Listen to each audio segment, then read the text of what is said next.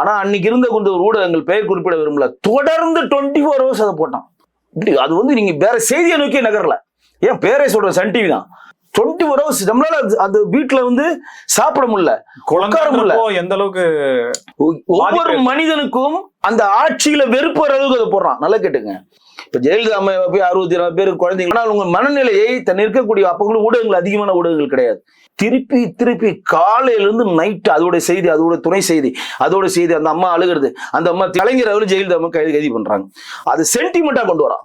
ஐயோ கைது பண்றாங்கப்பா, ஐயோ கொல்ல பாக்குறாங்கப்பா, ஐயோ வாங்கப்பா என்ன கைது பண்றாங்கப்பா, ஐயோ கொல்ல பாக்குறாங்கப்பா. ரிப்பீட்டட். நீங்க காலையில அவருக்கு முத்துக்கருப்பன் தான் அன்னைக்கு இருந்தாரு, டிஜிபியா இருந்தாரு. அவர் போன உடனே அரெஸ்ட் பண்ணி முரசொலிமாரனை தூக்கி போடுறாங்க. இவங்க கைது பண்ணி கனிமொழி ஒரு கூட்டு போறப்ப அந்த ஐயா கைது பண்றாப்பா, கொல்ல பாக்குறாங்களே ஐயா அப்படின்னு ஒரு கத்துற விஷயத்த ரிப்பீட்டடா வந்துச்சு. நல்லா ஞாபகம் இருக்கு எனக்கு. அவர் போய் ரீசன்ட்ல போய் உட்கார்றாரு.